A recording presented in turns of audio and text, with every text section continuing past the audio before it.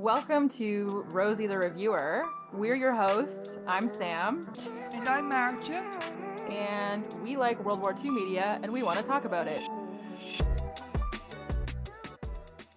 Welcome back to Rosie the Reviewer. This week we're talking about the film number 24, which came out in 2024. It was directed by John Andreas Anderson, and the story was by Erland Loe, Vibeke Idsøe, and Christopher Grundahl. It's based on the true story of Norwegian resistance fighter Gunnar Sønsteby, and the title comes from his most often used code name that was given to him. He has a memoir called Report from Number 24, and there's also quite a lot of interview footage that you can check out online, and he's a really fascinating guy, so definitely recommend that. And what did you think of this movie? Thought it was neat.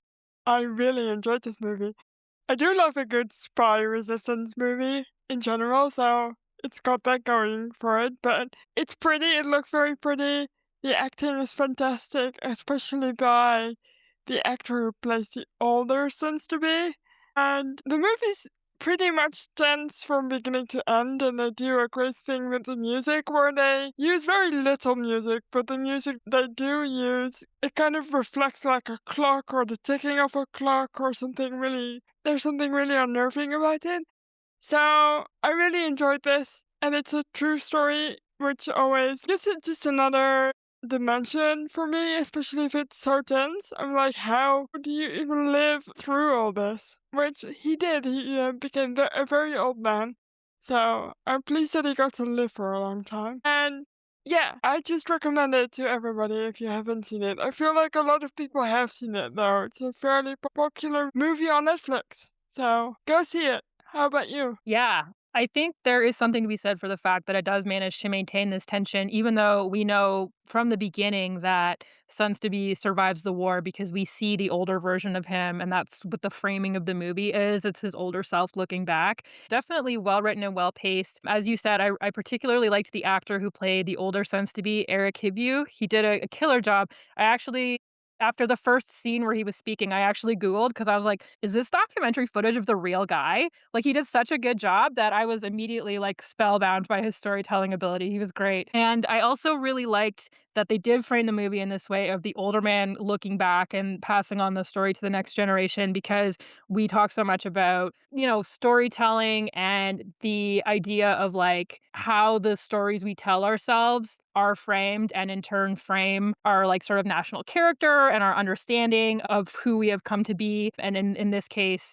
a whole new generation of Norwegians learning from this man, and that's sort of shaping their national myth making. So yeah, really cool movie and definitely a really cool opportunity for a rabbit hole, which we do always appreciate. I did also appreciate, like you, that the beginning especially seemed like a documentary, both just by how honest it was, but also by how it was filmed. Like, it's a bit clunky. You think someone's following an actual real person, that it doesn't feel acted at all. And it also sets those scenes apart really well from the kind of flashback, I suppose, as he's telling his story. And I like those two kind of different ways of storytelling in one movie. They work really well together. And it is interesting that we know he survives from the get-go, and yet you're constantly afraid for him in the past. Like, even though you know he'll survive, it's like, wait, is he gonna die? No, he's not, because we've seen him as an older man, but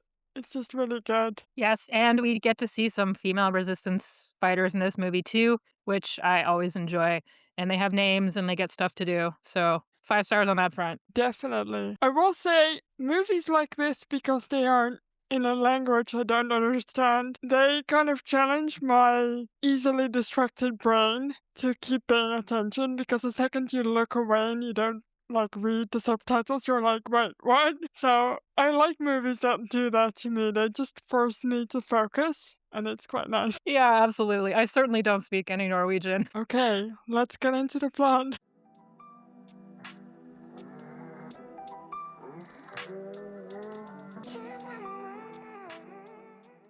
There's an opening card that has a quote from Gunnar Sønsteby, and it says, I have 5 drawers in my mind. The 3 top drawers I open all the time, the fourth less often. I closed the bottom drawer on the 8th of May, 1945, and haven't opened it since. For those of you who don't remember, the 8th of May was Victory in Europe Day.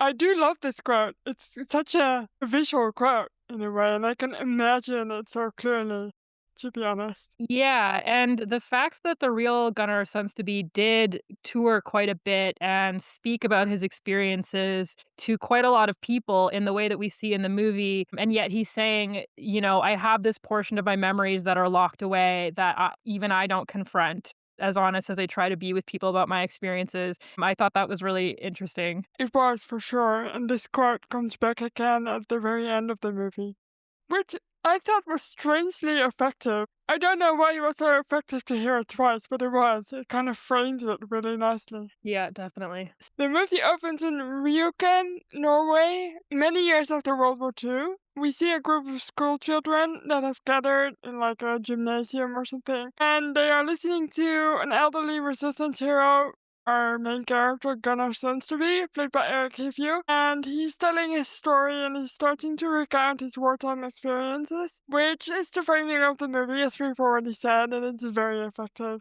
I love this. Yeah, so we go back in time to Ryuken in 1937, before the war. Gunnar, the young one, he's played by Sjur Vatni Brien, and his childhood friend Erling Solheim, played by Jakob Manum Trulsen, are skiing in the mountains. And they're having a little chat. Obviously, they've heard news from Germany. They know that there are Nazi book burnings, etc. And Gunnar is quite, militantly opposed, whereas his friend is a bit, well, at least they oppose the communists kind of thing, which I think was quite a common sentiment among a lot of people. They were like, well, maybe the Nazis will be on our side against the communists type thing. And they're kind of in this idyllic pre war world where, despite the lengthening shadow of fascism, people can still talk about it as an intellectual exercise, which, like, yeah, maybe just think about that in light of current events.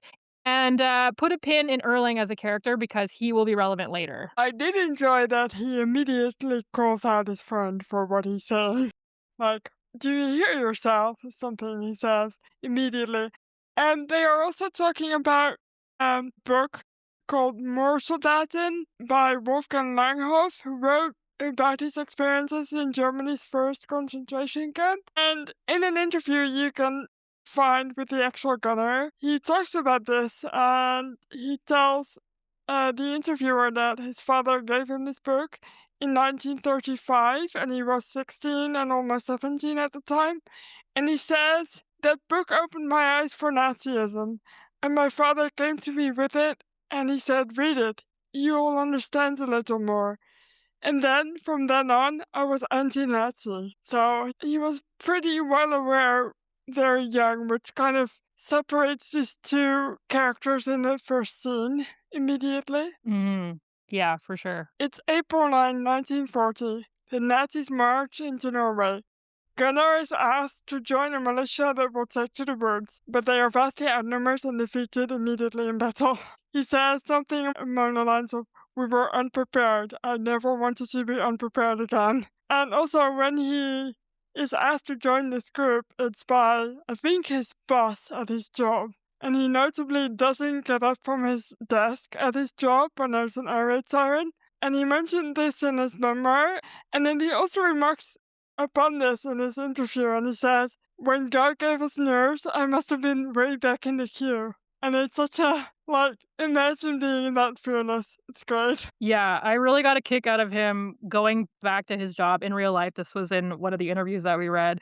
Him going back to his job and being like, "Hey, is it cool if I go fight the Nazis?" And his boss was like, "Yeah, bro. Like, you didn't have to ask. You could just go."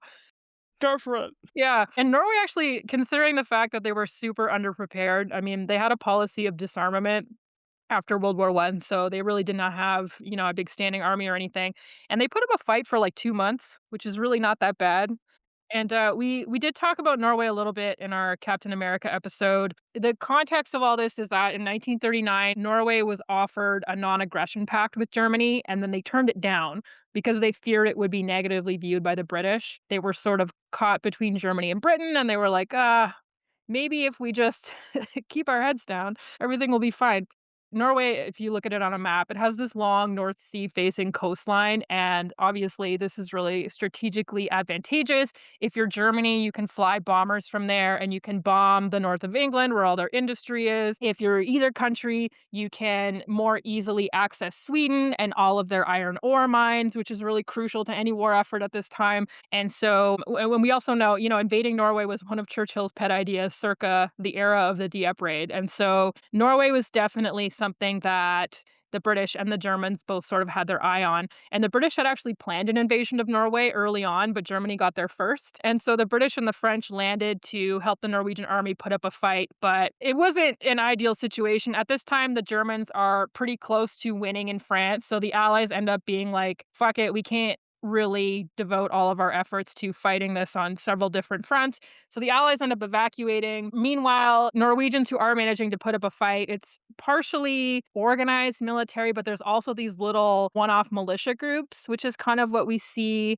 in the movie. And these groups are able to put up a fight for long enough that the Norwegian king and his government can escape and set up a government in exile in London. And because of this puppet government that the Nazis set up in Norway really lacks legitimacy because the real government is still out there. And it also means the Allies have access to the Norwegian merchant fleet. At the time, Norway has one of the largest merchant fleets in the world, and most of these ships are not in Norway when the Nazis invade. And so the government in London can put out a call to all their ships around the world and be like, hey, dock at Allied ports, don't go back to Norway. And this is super helpful for the Allies because they can use it to ship troops and all kinds of stuff. I have a little quote about this from the Norwegian Center for War Sailor History. They say, Norwegian shipowners had built the world's most modern tanker fleet before the war. Access to these ships was crucial, as Nazi Germany's attacks on Britain were most intense during the Battle of Britain from July to October 1940. About half of Britain's fuel was transported to the island nation on Norwegian ships during that time, so that's a lot of fuel on Norwegian ships. The Germans feared that the Allies would try to recapture Norway at some point to prevent them from accessing the North Sea. You also have to keep in mind that convoys coming from America and the UK have to kind of travel past Norway to get to the Soviet Union, which the Germans are using to their advantage, of course, so they can sink these convoys and deprive the Soviet Union of supplies. And so, in order to prevent the Allies from recapturing Norway, the Germans ended up tying a really disproportionate amount of troops up in Norway that could probably have been more effectively deployed elsewhere. There were between 300,000 and 450,000 Germans at any given time garrisoned in Norway, and that's like one German for every 8 Norwegians. So it's just wild. It's like these were definitely troops that, for example, could have been used when the Allies landed on the continent. Talk about being oppressed, right? Like, this is a real invasion in Norway. Like, 1 in 8. That's crazy. Yeah, and this is the thing too. We've talked a little bit about resistance movements before, notably in France and in Poland, and everywhere the resistance has a little bit of a different flavor. And in Norway, if you have one German for every 8 Norwegians, that makes it pretty difficult to organize a resistance movement. It's a bit more of a struggle when you have that many Germans living right on top of you. The other thing is that the Germans viewed the Norwegians as, fellow Aryans. They respected them quite a lot. And so they didn't want to grind their boot down on the Norwegians quite as much as they did in other countries like Poland, for example. And because of that, life went on, I won't say as normal for a lot of Norwegians, but the amount of oppression that they faced from the Nazis was not quite as much as elsewhere. And so in some cases, it was difficult to get buy-in from people for the resistance. If your life hasn't really dramatically changed that much for the worse, it's a lot harder to convince you to commit acts of violence or to put your life at risk to get rid of these occupiers. And so I thought that was really interesting that yes, there was a resistance movement in Norway, but there were also people who joined the German side and supported the puppet government, etc., as we do see in all these other countries as well. Gunnar soon joins a more clandestine resistance movement in Oslo, where he quickly climbs the ranks. He begins to work with the British, who set up operations in Sweden. So he's given a mission to go to the central bank and has to borrow the money printing plates and paper. And initially, he has to kind of prove himself. The director of the bank tells him to tell the British on the radio to read out a line that he's written down on a piece of paper. And once they do, he kind of agrees to go along with the mission, and it is ultimately successful. So that's his start in the more serious clandestine resistance. Yeah, just to note that Sweden is neutral, and so it ends up being a place where, people like Sønsteby can cross the border and make contact with the British. There was a point where I guess he was arrested by the Swedes, and he managed to convince them that he was not the Gunnar Sønsteby that they were looking for, so they let him go. Which I thought was very funny. Like, this guy was just bold as brass. Even this thing where he just walks up into the bank and he's like, "Hey, do you think I could have the money printing plates from the mint so that the resistance can just print money?" I wonder how risky that was to just ask the director of the bank that. Because at first you're like, wait, what if he's in league with the Germans? Like, that would not have been a strange idea. Right. I do like that in the movie they show you exactly where the border with Sweden is. It's like in the middle of a forest, but it's very obvious because there's like a tower in the forest for some reason. Yeah. It's great too because they're just, it's just so stereotypical. They're like, "We're gonna ski to the border." And it's like, "Yeah, of course you are." Yep. Resistance members are being arrested all over. The Germans in particular really wanted they spent a lot of resources cracking down on illegal press. They really were annoyed at the Norwegians passing out like subversive newspapers. So anyway, Norwegian businesswoman Gudrun Collette, played by Lisa Lemon Kongsley, provides Gunnar with a number of apartments across the city so he can easily go to ground. And this is what the real Gunnar credits with. It's part of the reason for his success because at any given time he would have 20 or 30 locations where he could sleep, and he would never stay at one place more than like maybe a night or two at a time. Meanwhile, the notorious SS officer Siegfried Famer, played by August Wittgenstein, he's the man in charge of counter espionage in Norway for the Nazis, instructs Karl Martensen, played by Pierre Kjærstad, to get tough on insurgents. And Martensen is a key figure. He was the head of the Norwegian police. He was notorious in his own right for collaborating with the Gestapo and implementing the Holocaust in Norway. Tie a ribbon around him as well because he will also surface later. Yes, he will. I like that they kind of show you in the movie the tools of Gunnar's success. These apartments are one of the tools. He also gets up at like 3:30 in the morning because he knows most arrests are carried out between 4 and 6 a.m. in the morning, so he just makes sure that he's nowhere to be found at like that time. And he seems to be a really methodical man. So if you read his memoir, I've not read it in its entirety, but it's very to the point. And I feel like that's how he is as a person too. Like, no nonsense, just eyes on the job, no distractions, nothing. He doesn't drink during the war. He's very focused on one thing, and that's doing the job that he set out to do. Yeah, we even see him, one of his friends in the resistance talks about how he's met a woman and Gunnar is like, "Dude, don't get distracted. Like we have one focus here. Keep your head in the game." Yep. Gunnar was also very good at preparing his own documents. So at any given time, he would have 30 or 40 different identities that he could take on, and he would make all of his own paperwork. And so, in that way, too, he always knew his paperwork was good because he was doing it himself. Yeah. Can we talk for a second about his nickname? It just makes me laugh. Sure. He named himself Gunnar Lear, and obviously in Norwegian, but to the British it sounded like Gunnar Liar, which they found very funny, and I have a feeling he did it on purpose. Yeah, I definitely got the sense that he did it on purpose. Yeah. Just imagine being sort of tongue-in-cheek about your own resistance. Yeah. One of his other nicknames as well was the Chin, which kind of cracked me up because he does have kind of an angular face. Yep, he does. In that case, they also found a really good actor to play the younger version of him because he has a very pronounced chin. He does. The real Gunnar talks about how one of the reasons why he was able to get away with so much stuff was because he's just a completely plain, ordinary looking person. He's like, "Yeah, nobody looked at me twice. I wasn't good looking, I wasn't bad looking. I was just a plain looking dude." He also says he's pretty ordinary in every single other way, like ordinary in school, like he wasn't particularly good at anything. just existing, I guess. You know what? And that's very encouraging. It just goes to show anybody can step up and become the most decorated civilian in Norway. Hell yeah. Reidun Anderson, played by Ines Esterson, is the lady who staffed the Resistance Front, which is a bakery. I feel like we've seen that before. We've seen a bakery before as a Resistance Front.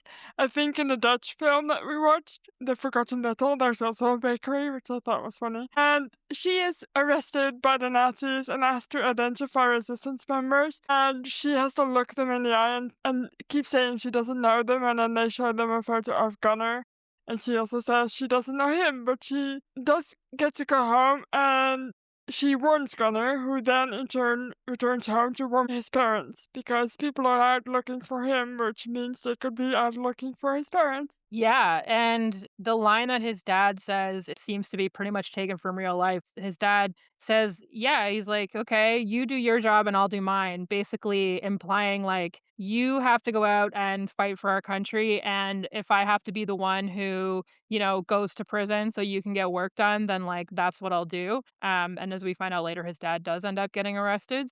Yeah, I like that scene with his parents because for a second it's really tense. Like, he doesn't say quite what he's doing because you don't know how his parents are going to respond, and then they respond so lovingly, and it just got me, that line. That line was really good. Yeah, it was nice to see the character of Raiden as well. Obviously, there were a lot of women involved in the resistance in all the countries that we've spoken about. In Norway, one of the main intelligence gathering organizations that was working with the British had four leaders and two of them were women. So I thought that was really interesting. And then as with everywhere else, women often could move around, sort of under the radar because they were more likely to be underestimated by the Germans, so they were quite often couriers and intelligence gatherers and that kind of stuff. And it's pretty amazing that she doesn't speak up because she does get a beating. We don't see it, but we see her come back with her black eye and like, yes, right on, go on. Yeah.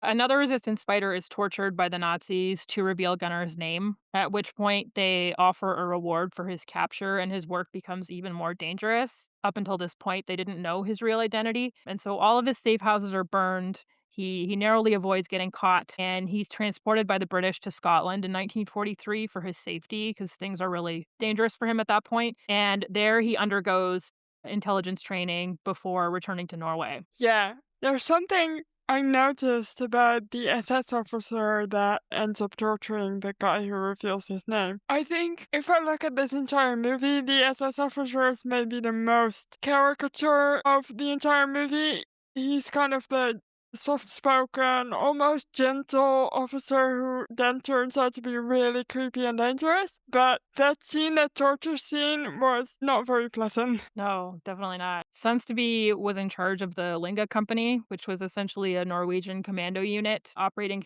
in conjunction with the British SOE, which is the Special Operations Executive, and we've talked about them before. And so this group completed the acts of sabotage that we see in the film, but they also sunk German ships, destroyed German aircraft, fuel dumps, and artillery.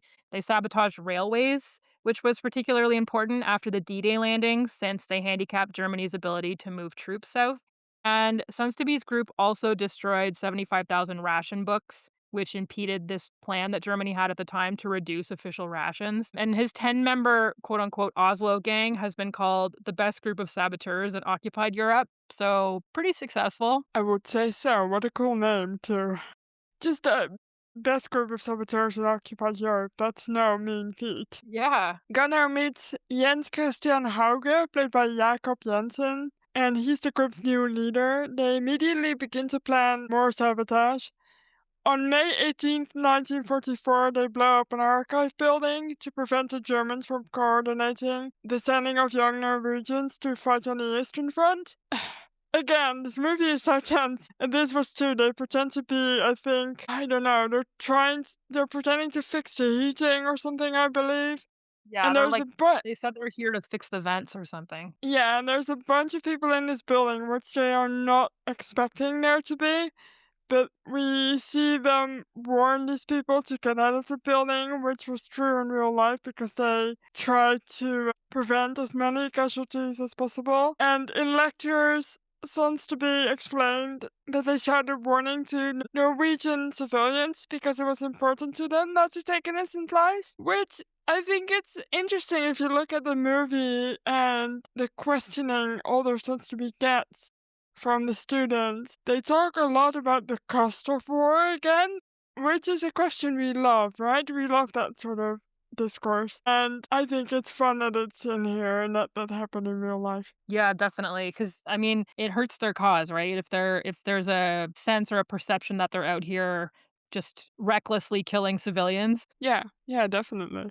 Then they become the bad guys, I suppose. The attack on the archive building does not appear in the papers because, of course, the Germans want to keep it under wraps that there is resistance in Norway. But the German reprisals are swift. Gunnar's father is sent to Greenie, which is the largest German prison camp in Norway, and German reprisals were quite common. One of the largest ones in Norway was the Germans went to a fishing village where they had hidden two resistance members. The resistance members had killed a couple of Nazis, and so the Nazis went to the village, executed or sent to concentration camps all of the men, and they burned all the houses to the ground. Not the first time that we've talked about reprisals like that against resistance to the Nazi occupation. And that would have been a constant. They constantly had to weigh, I guess, the risk versus the risk of reprisals. Like, what are we trying to accomplish versus what is going to happen once we do? Such a difficult thing to do. If you just know, like, there are going to be reprisals no matter what you do. So, on another mission, Kongsberg weapons factory is to be bombed by the Allies, but the resistance want to do it from the ground so they can reduce the casualties there. So, on September 17th, 1944, Gunnar and some co-conspirators sneak into the factory with explosives, even though they were supposed to arm the explosives outside, and they have to wire these explosives in between the German controls, which are every 10 minutes, so it's very tense. But they do get out of there, and Gunnar makes it to a checkpoint about 20 kilometers away before the building blows up. And he then also, thank God, escapes detection with a cyanide pill in his mouth, and he gets out just in time. It was so tense. Yeah. Yeah, because there was a scene at one point where he's speaking with one of the other resistance leaders, and the guy's like, "How do you think you'll hold up under torture?" And he's like, "I don't know." And the guy's like, "Yeah, that's the only right answer." Because you can never Yeah. know. It's better to prevent yourself from being captured. And there's another point where he's at a checkpoint and we see him holding a grenade in his pocket and he's kind of ready. The Germans are checking his papers and he's ready to get his grenade out if he needs it. And the real Sunseby kept 3 hand grenades in case of potential capture, one for himself and two for the Germans. And in this interview I read, he was speaking about the fact that he'd never been captured. And then he says, with a little bit of a grin, I was lucky and 2 Germans were lucky. I think I would have liked this man. I think he would have been a really good storyteller and good company. Yeah, he really seems like a shit disturber for sure. Gunnar has a little run-in with Erling, his old childhood friend, and if you recall, Erling was the one who was like, "Maybe the Nazis are not so bad because they oppose the communists," you know? And they have a super awkward, stilted conversation, and you sort of get the vibe that Erling may not be on Gunnar's side. Man, when this happened, he was about to go to England. I think he was sent for, and he just runs into him outside on the street, and you're like, oh shit, run away. Yeah, for sure, because at this point, he's not going under his real identity, right? Because the Nazis know his real name, so when his Yeah. buddy's like, "Oh, hey, Gunnar Sønsteby, my old pal," he's like, "Fuck, fuck, fuck, fuck." But thankfully, he does get away and he does get over to London in November 1944. We're like, why is he going to London at this point? And we find out it is to meet the royal family of Norway. And the king gives his work his blessing, and he also gives him like half a chicken to eat because he says, you're gonna need this more than I do, son. While he's away in London, he learns that his friends Edvard Tillotson, played by Philip Helger, and Gregor Scram, played by Ulrich William Grassley, are set up by the Germans because they think they are meeting with German defectors and they end up being shot. Tillotson does survive the initial encounter but later dies by suicide before he can be tortured for his information. And this reflects a conversation they have when he's told Gunnar that he's met a woman on a bench, and then he reassures Gunnar that he knows what he has to do if he ever gets captured, and that's what we see, and it broke my heart. I don't want to see this scene ever again. Yeah, there were a few moments so far in the movie too where it's really apparent that Gunnar is the one with his eyes on the prize and he thinks that some of his fellow resistance members aren't taking it seriously enough. So he's kind of on their ass about drinking too much and he feels some sense of guilt and responsibility for this particular incident because he thinks if he had been there, this never would have happened. Yeah, and before he leaves for London, he tells Talak to be careful, and he says, "Yeah, yeah, I'll be careful." And then they obviously are not as careful as they should have been. Although infiltration by the Germans was a common occurrence in many resistance ranks, so it's not entirely their fault. Yeah. The resistance movement in occupied Norway had 1,433 of its members killed. And not so relevant for this scene, but relevant for us because we like to talk about women in war. 255 of those were women. Man, that's a lot of people and a lot of women. Yep. Sometimes I forget, well, I don't forget, but it's easy to forget that these people, they had no protection whatsoever. Like, they weren't prisoners of war. They had no Geneva Convention to protect them in that way. So if they were caught, they were, unless someone helped them escape, they were pretty much fated to die at that point. Like, it was really bad. Yeah. I will say, if in case you were worried about Gunnar's poor dad, he did survive the war. Thank God.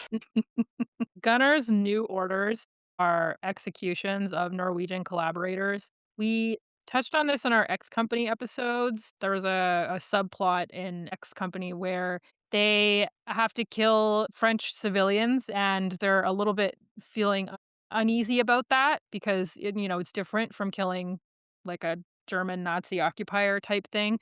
And so this is really kind of a ramping up of the activities that they were already doing.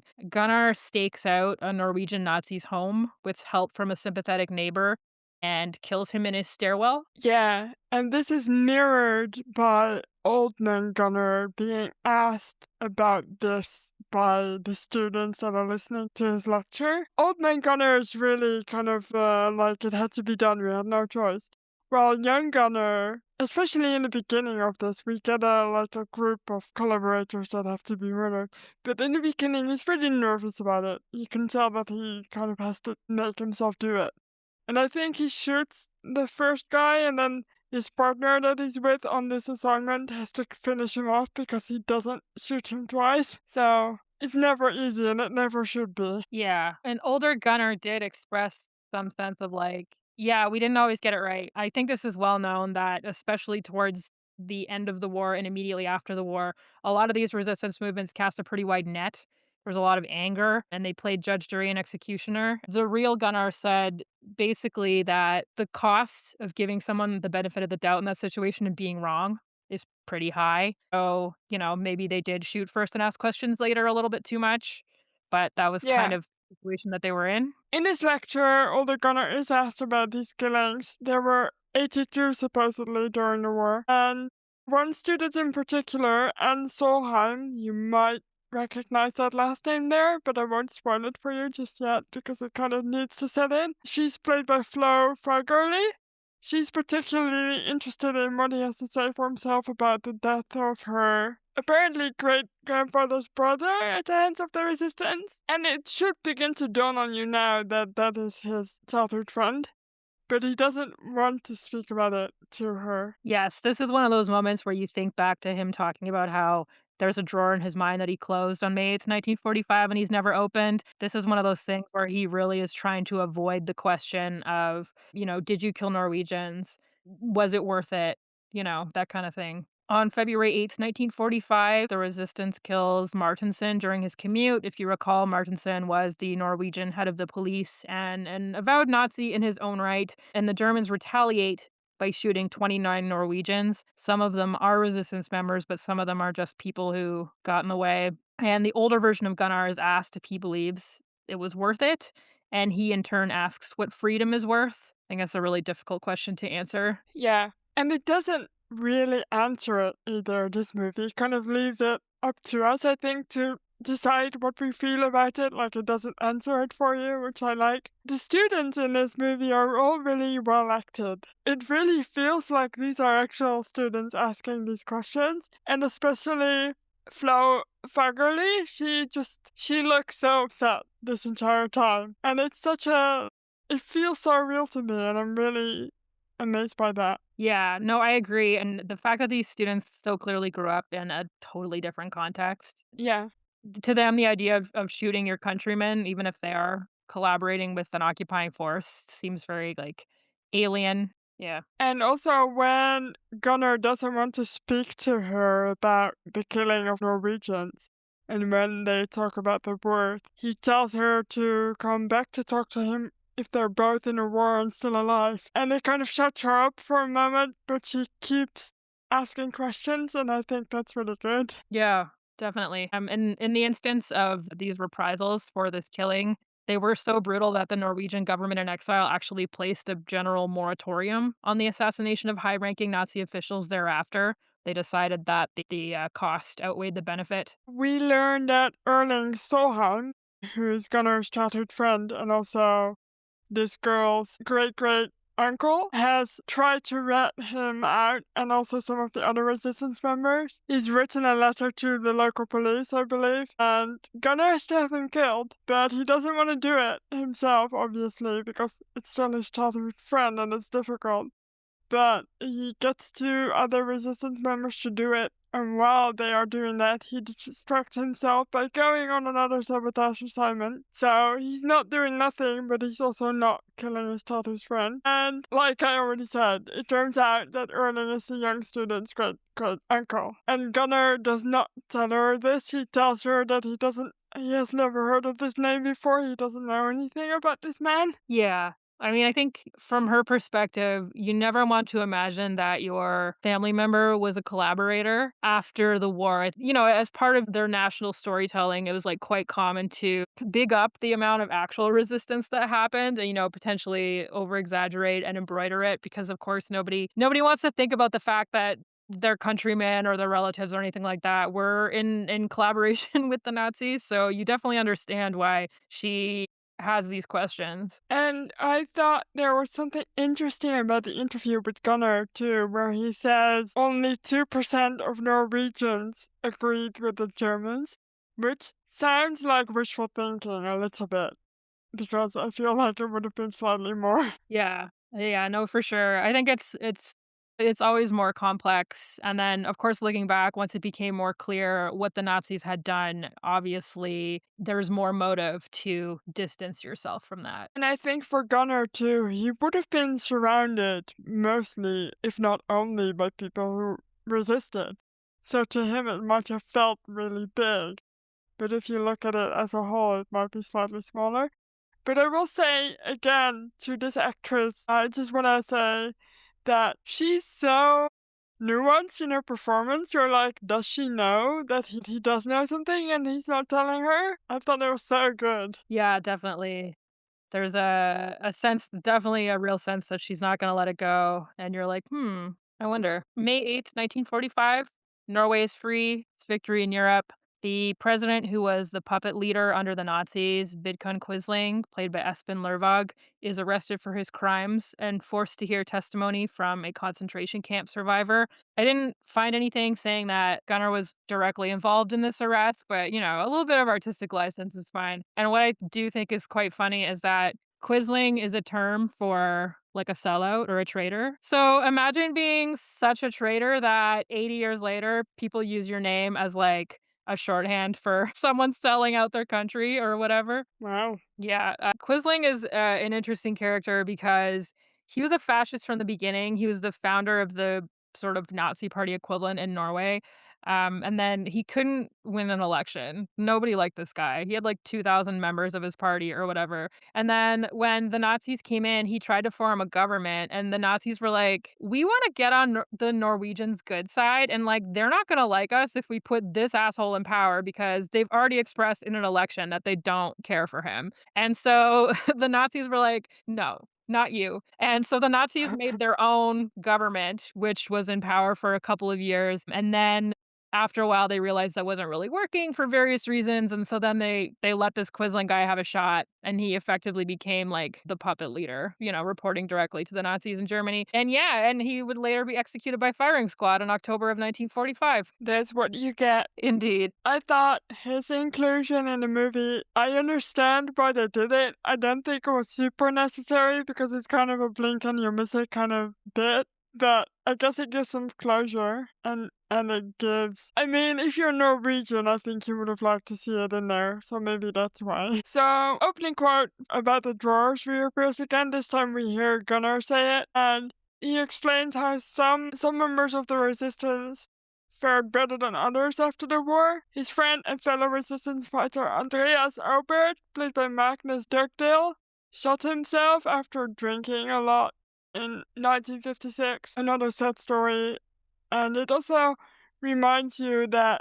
even if you're a resistance fighter and you're on the good side of the war, you don't always get away unscathed. For sure, and I mean, they had to do some hideous things, right? I mean, we've talked about them having to kill Norwegian collaborators, and, like, that stuff is hard to do, and it should be hard to do, and even Gunnar, after the war, he was offered the chance to work in intelligence by both the British and the Norwegian governments, and he was like, "No." He's like, "I've already lost 5 years of my life, I'm done with this," and then he went Yeah. on to, become a businessman, etcetera. But yeah, it really wore people down. It was an incredibly difficult job. And Andreas was the one he teamed up with after his other friends were killed and when they started doing the executions. So that was the toughest part of the resistance work, I'd say, like mentally on a person. Yeah, for sure. We get some end cards. Gunnar was never arrested by the Germans. He conducted more than 20 sabotage missions during the war.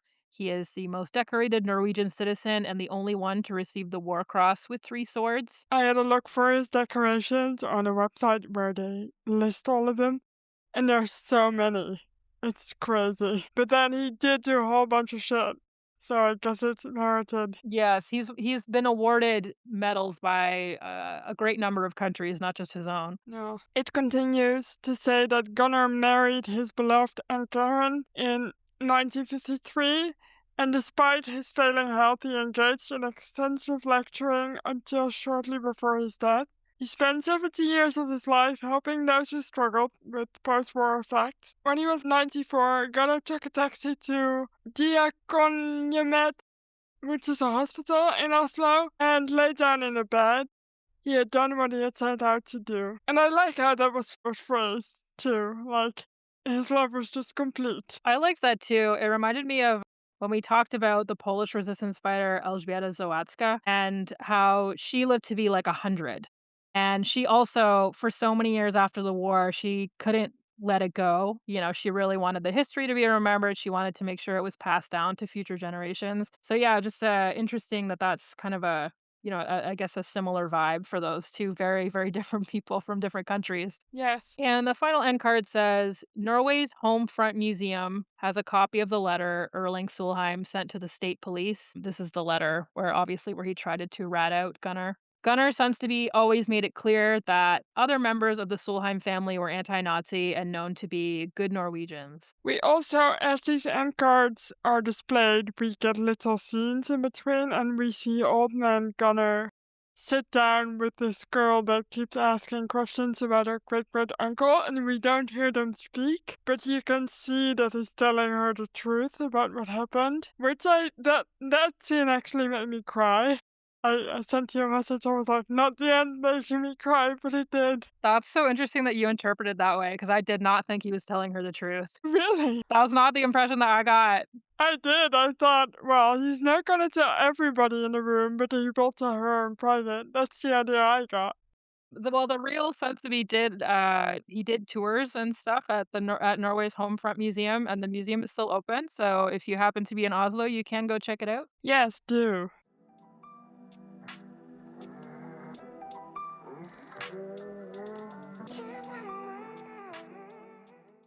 So we've kind of put all our notes in the plot this time, so we have no extra notes. But we do have to rate this movie. But before we do, I would like to remind you that you can follow us wherever you get your podcasts.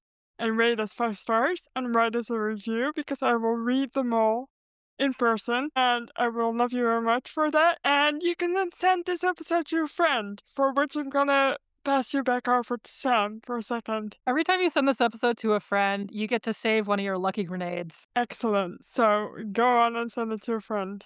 What should we rate this movie out of? Gunnar is wearing this newsboy cap for like the entire movie, and he doesn't even take it off when he's like, when it's familiar that he wears it all the time. So let's rate it newsboy caps out of 10.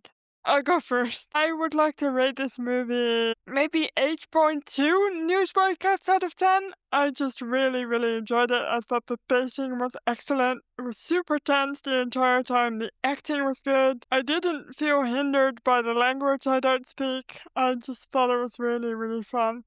And it's just an amazing story, so I really can't fault it at all. And the music is also good, so what more could I want? I just really enjoyed it. How about you? Yeah. You know what? It's really nice that Gunnar Sønsteby spent many years trying to pass down these stories and inoculate the younger generation against fascism and, be this voice to speak in favor of freedom and democracy. And then now, even though he's passed on, we have that memorialized in this film. And not just his actions, but the way that he wanted those actions to be remembered because of the framing of the movie. And I thought that they did a really great job. I really enjoyed my watching experience and I would recommend it. So I will give it an 8 newsboy caps out of 10. Good rating overall for both of us. Yeah.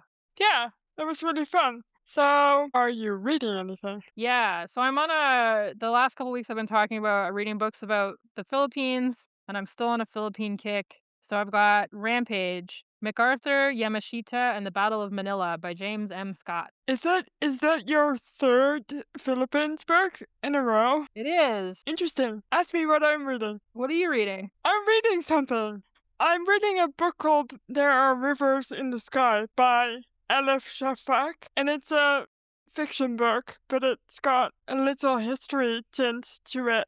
So it's right up my alley. It's a very big book. Look, it's quite chunky, but it's going well. So I think I am going to finish this one for once. Imagine that. I joined a book club, so I kind of have to finish it, otherwise people would be disappointed. Sometimes you need that external pressure, you know? It's so sweet. I was in this book club before and then I quit because I didn't have any more time to read. And then they asked me back because they said, you ask intelligent questions about books, so we want you back in the club. It's like, oh, thanks. There you go. It's all of your practice reviewing World War II media for this podcast. Exactly. Is there anything else we need to mention? I will mention quickly, this is episode 99, and next week will be at 100 episodes. That's so exciting. It is. I'm really excited. So look out for that next week. And for now, I would like to thank you for listening to another episode of Rosie. You can follow us wherever you get your podcast and rate us 5 stars. You can go to Instagram and follow us there at Rosie the Reviewer Podcast.